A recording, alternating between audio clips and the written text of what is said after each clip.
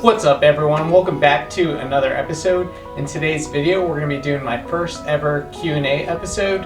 So I just want to thank all of you guys that asked questions. I'm going to try to answer as many as I can today. But to be honest, I'm not generally a fan of Q&A episodes. I just feel like, yeah, I do want to learn more about the person, but no, I don't really want to sit there and listen to 40 minutes of talking. So for that reason, I'm going to try to keep this short and sweet. And I'm also going to mix in some action clips of the Evo in between questions. Hopefully you guys dig the format. Let's get started.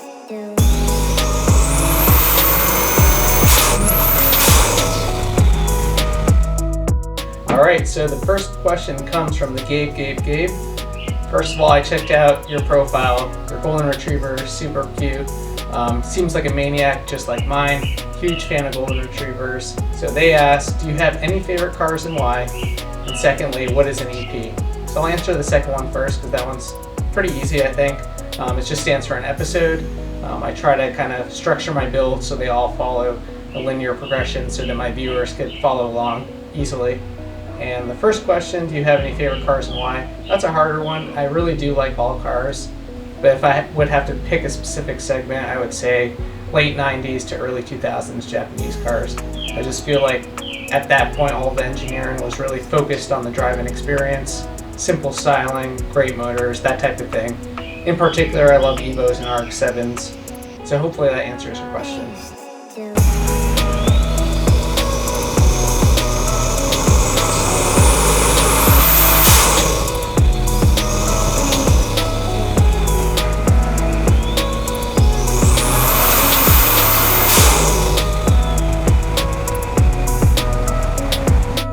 Alright, and the next question is from JDM Lodge. He says, more Evo videos. Please try to do step-by-step Evo tune for newbie if possible. Appreciate. Not really a question, but I do hear ya. I love making Evo videos. In fact, in one of my last videos, I did mention that I am looking to install aftermarket cams as well as go for E85 in the Evo. Honestly, I'm trying to debate whether I should stick with the stock ECU or move on to an aftermarket ECU. I just feel like if I want to unlock all the capabilities of the platform, it might be smarter to go with standalone. But either way, I'll document that entire process for you, don't worry.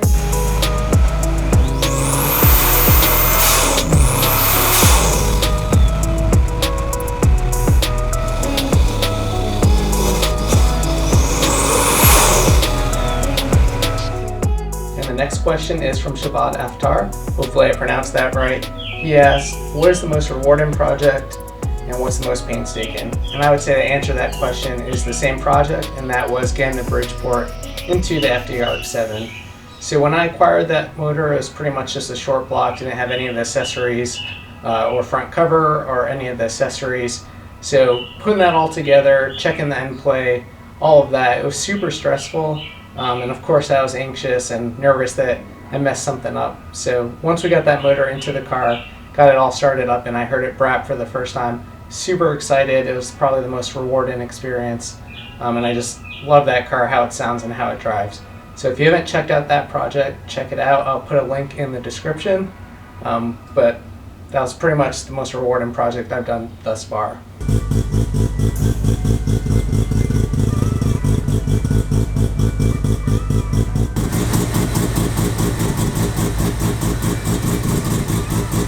Alright, the next two questions are from JMalone3, and he asked, what is your favorite car to work on, and what's your favorite car to drive?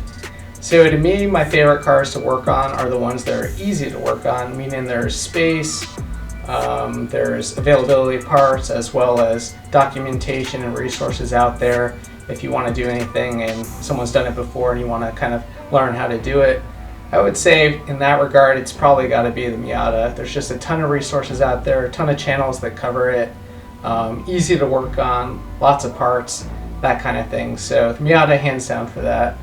Favorite car to drive? This is kind of a toss-up between the RX-7 and the Evo. The Evo steering feel, in my opinion, really can't be replicated.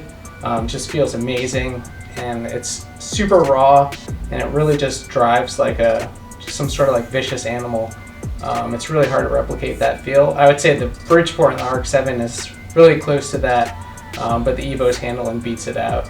But those two cars are pretty much my favorites to drive.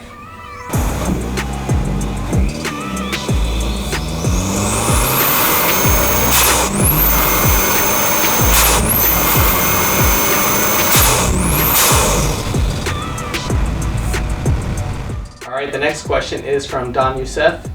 Any new car projects? Keep up the good work. First of all, thanks for the compliments. Recognize your name, and really appreciate all the kind feedback and words you've left on my videos. So thanks again. Any new car projects? Not really. I do have a problem where when I see a car that I want, generally I probably end up with it. But as of now, I am trying to finish more of my projects before starting another one. So I definitely want to get the S4 going, as well as produce some more RX-7 content. But in general, I could see myself in the future again, something like a S2000. I've always thought that they were cool cars. And lately I've been wanting to do a NA build just because, and I think they are really good looking, and there's not really many cars out there right now that are like it.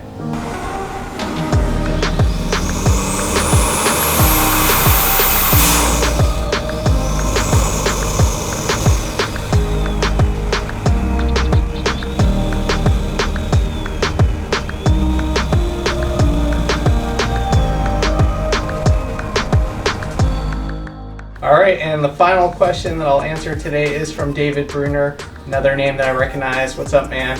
Really appreciate all the comments and feedback you've given me as well. And his question is, thoughts on the BRZ FRS, current as secondhand value, and the incoming new generation? They seem to be holding their value really well. I think it's a really enticing package, especially to enthusiasts.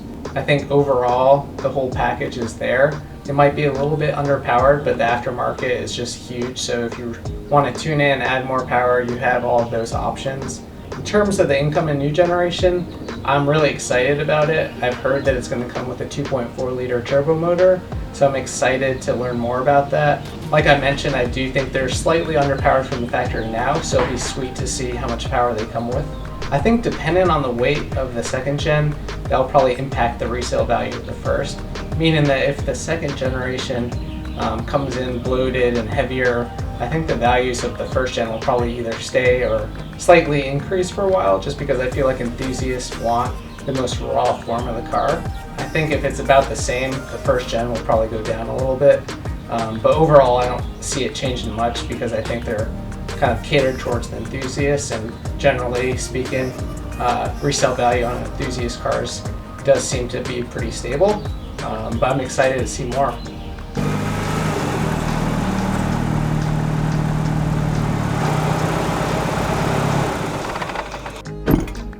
Alright guys, well that is going to do it for today's episode. Hopefully you guys enjoyed. We could do more of these in the future if you guys want to. I'm always down to answer more questions. The next episode will definitely be back to a build, probably the S4, so stay tuned for that. I will catch you guys in the next one. Peace out.